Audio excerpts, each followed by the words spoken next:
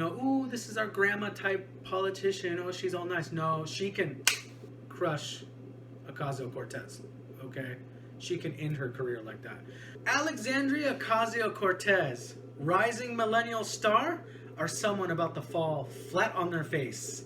Let's find out with Vedic Astrology. I'm Thor Sandalwood, and we're going to take a look at her chart today.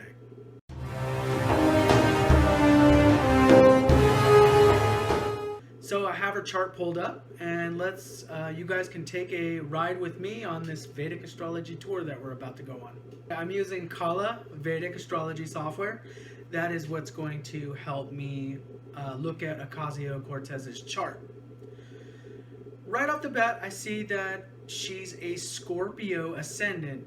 Now, this is different from Western astrology, so if you've tried to calculate her chart with the tropical zodiac, it is going to be different. She might be a Libra or Sagittarius in those charts, but what I'm using is the astrology of ancient India, which many of you might not be familiar with. But anyways, let's go see what her life is about, because what I'm really looking at is a snapshot of her karma. And so karma is really about what the Eastern traditions are all about. Our lives are just a play, so to speak, of all this karma that's unfolding. So she's a Scorpio ascendant, so right off the bat I know that she's ruled by the planet Mars, which shows the ambition she has. She has this ambition to make something of herself, become known. And what better way to do that than in politics, by becoming, running for the House of Representatives, which she did quite successfully. I also see Venus in her first house. First house is your identity. It's even your physical body, your physical body's appearance. And so Ocasio-Cortez, she's known as somewhat attractive. There even has been recent YouTube videos showing some videos she had in her college days of when she was jumping up and down and dancing around. And so she's seen as a very attractive woman. And that helps definitely if you're running for, in politics. That helps a ton. Okay, another aspect I'm going to be looking at in her chart is what dasha she is in. And a dasha is a time cycle. So you go through different time cycles in your life where different planets rule this time of your life, and that's the karma that's unfolding. And somewhat unfortunate for Ocasio-Cortez is she's in the Ketu Mahadasha, which started in July of 2016. And I myself went through this Mahadasha, and it sucks. It's very bad. Ketu is similar to what in Western astrology they call the south node of the moon. So it's what represents things that we've done in past lives, and it's fading away in this life, okay? So now I need to look, okay, where's Ketu at in her chart? And I see that Ketu is in her 10th house of Leo. That's a big deal right there, 10th house of Leo. So she's a very, she's in the public spotlight. She's all over the news.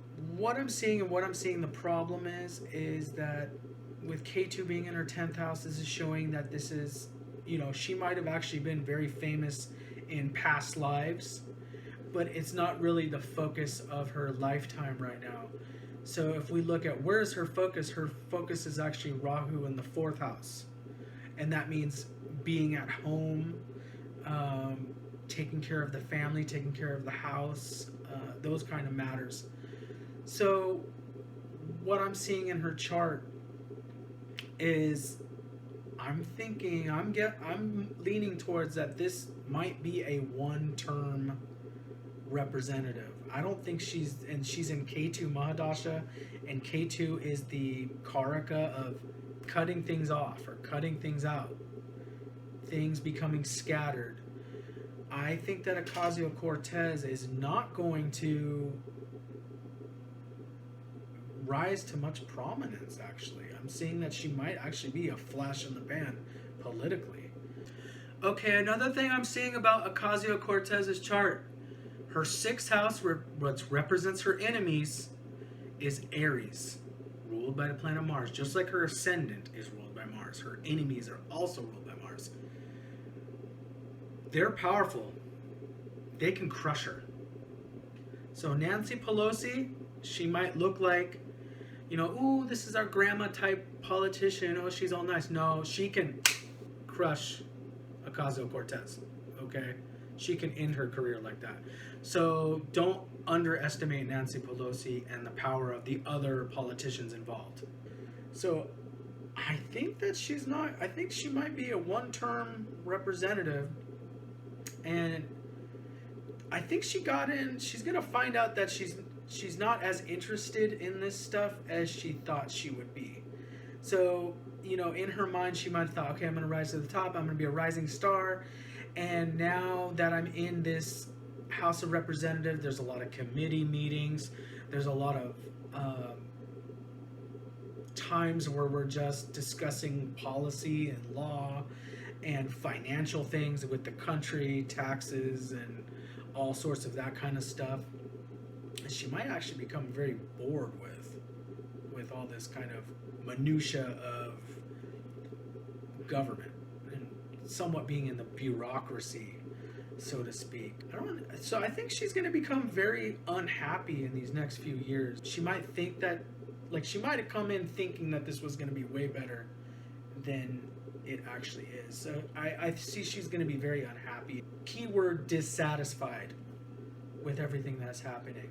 With Ketu, a big thing of it's going to be she might not necessarily lose. Like, she actually might be able to get reelected in the House of Representatives, but her attitude might be like oh well, I give up on this. You know, this is not what I thought it would be. I wanted to be more grassroots, feel like I'm a political activist and whatnot. And she's going to realize when you're actually in the government doing these things, you're not really a political activist anymore.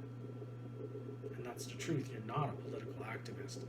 I know that she had this recent, or when she first got elected, she had this sit-in Nancy Pelosi's office, which is kind of bizarre for another House member to go ahead and occupy someone's office. Like, this isn't Occupy Wall Street, people. This is, you're already a representative, okay? And you're trying to make political deals with other politicians within Congress, okay? Another thing that you guys might be wondering is, there's some people saying, oh, Ocasio-Cortez, she came from a rich family, and, you know, she's just a rich, spoiled brat. With Saturn in her second house, I'm not seeing that. She's not as wealthy, and she didn't come from as wealthy of a family as y'all might think she came from. She actually came from a very strict family, and one that probably, you know, I don't know if her father and both her mother were around or whatever, but whoever was around was very strict with her. She had to follow a lot of rules. She also was told what to think, so she didn't really have a strong voice. She also doesn't have as much money as you guys think. I never looked at her financial statements. I don't know her tax records. I don't know any of that, but I can look at her chart. I know she's in her late 20s. With Saturn doesn't mature till the age of 36, so I know that she's not very wealthy at all. She actually might be a woman that actually does represent the kind of the common people of her district that she belongs to. And I know everybody's saying, oh, because she made some report about her family was very affected during the housing crisis in 2000 and 2008. She might be telling the truth, so don't just write her off and say, oh, boo-hoo, you're actually wealthy and you didn't do any of that. Because I'm seeing Saturn in the second house, there's trouble with the finances. As far as marriage goes, I don't think she's married, but in Ketu Mahadasha, I doubt she will be married anytime soon. In fact, I need to roll down here, look at this. There's a good chance that she might end up getting married after the year 2023. I don't think that she will be in the House of Representatives anymore at that point. She actually might become less of a career woman, actually, because Rahu in the fourth house kind of lends to me to think that she's going to become more of a domestic person. So I don't know if she's going to have a career from home, or maybe she becomes a mother and really that's really what becomes her passion. So that's what I'm actually seeing. After the year 2023, I'm seeing that she's probably going to get married. I'm seeing that. Let's see. Let me see what her seventh house is. Taurus. So she definitely does have this bent towards, you know, she's gonna, whoever she marries. Now, I don't know if she's gay or straight. I don't know. I'm just gonna say whoever she marries, she's actually going to be more supportive of that person. It's going to be more about them. That's going to be the central person of the family. So I'm thinking that this political career is going to end very soon. That's what I see through the Vedic astrology. I do see that financially she's going to be okay. She's going to be fine long term. But I don't think she's going to make her money in politics. Let's see, where's the moon? Moon's in the 5th house. So she feels comfortable in the eyes of the public. She feels comfortable kind of being the center of attention. But with Ketu in the 10th, I just don't see her having a very lasting career. She's going to get dissatisfied with this thing. You're going to see. You'll see it. She's going to get dissatisfied. Either she's going to say, oh, and she might have actually a good reason. She might say, you know what, this system's so corrupt with all the lobbyists and everything, I'm done. I'm throwing up my hands. I'm done with this whole situation. I'm just going to focus on living my life and having a family of my own, and that's that. This is what I see for Ocasio-Cortez, and this is what the Vedic astrology chart shows. It's kind of actually was surprising to me because I actually thought I might see a rising political star. And now I'm not seeing that. I'm not seeing someone who's rising up the ranks with politics. So thank you for watching. And if you are interested in any Vedic astrology, please like all my other videos. And you guys can send me an email or comment anytime you want. Thank you very much. Bye-bye.